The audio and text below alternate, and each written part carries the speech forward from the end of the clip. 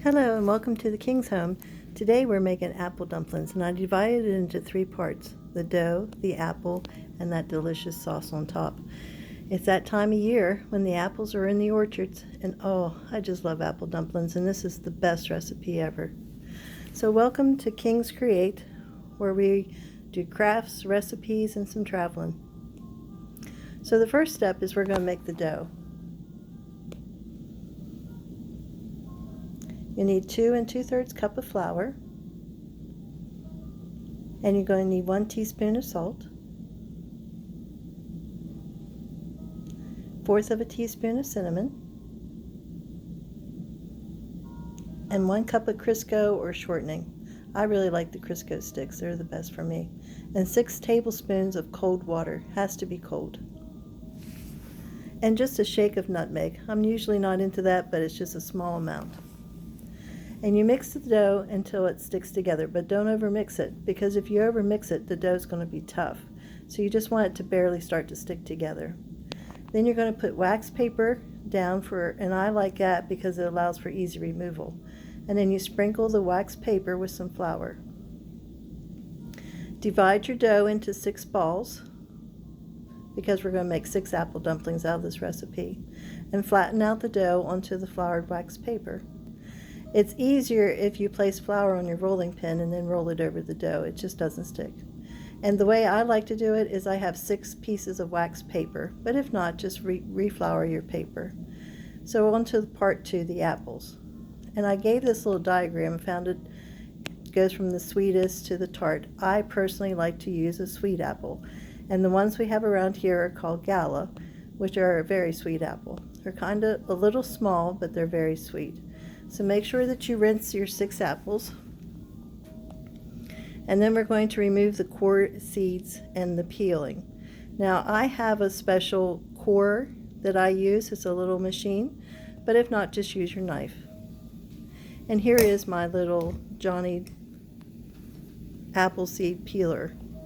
You just simply stick the apple into it, turn the crank. The core goes into the very center. And it just, look how easy that is. Just takes it all the way down until you're left with nothing but the core and the peeling. Now this one actually makes it into a spiral, which I like it because it bakes the apples very nice. So you're going to put it in the center, and then you're going to fill the center with cinnamon and sugar mixture. And I just buy the ones that's already pre-made, but if not, you can just make it like 1 cup of sugar and 2 teaspoons of cinnamon and just mix it up really well. Then you're going to wrap the dough around the filled apple, and this is probably the hardest part. And then if you have extra dough, just cut it off and save it for other pieces, because sometimes your one apple is a little bit larger than the other one, and that's okay. They'll fit together. It's just like Play-Doh.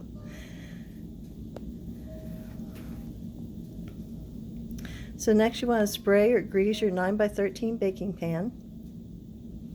And then you're going to take 2 tablespoons of butter, and you're going to put it in a mixing bowl and melt it in the microwave. And then you're going to brush that on top of your apples. The reason that you're doing that is going to keep it nice and crisp on the outside, and it gives it that really nice brown texture as well. So here they are all done, ready to go into an oven, 350 degrees for 30 minutes. So now we're on to the last part. Part 3, the sauce. Take 1 cup of water, and you're going to take 2 tablespoons of flour, and you're going to mix the flour and the water together. And then you're going to take a 1/2 cup of apple cider or apple juice, or you're going to boil the rinds and the cores, and then strain that. And then you're going to take a 1/2 teaspoon of cinnamon, 1/2 teaspoon of vanilla, 1 cup of sugar, and you can put that in a large saucepan on medium heat and just start stirring it until it gets a little thick. And right here you can see where it's kind of thickening up, and that's what you want. And then you pour it over that delicious apple dumpling. You can add ice cream, milk is my husband's favorite, and serve it. You can also leave them in the refrigerator if you cover them up real nice for about 2 to 3 days, and they'll hold their flavor very well. Wishing you a great day. Be sure to hit like and subscribe. See you next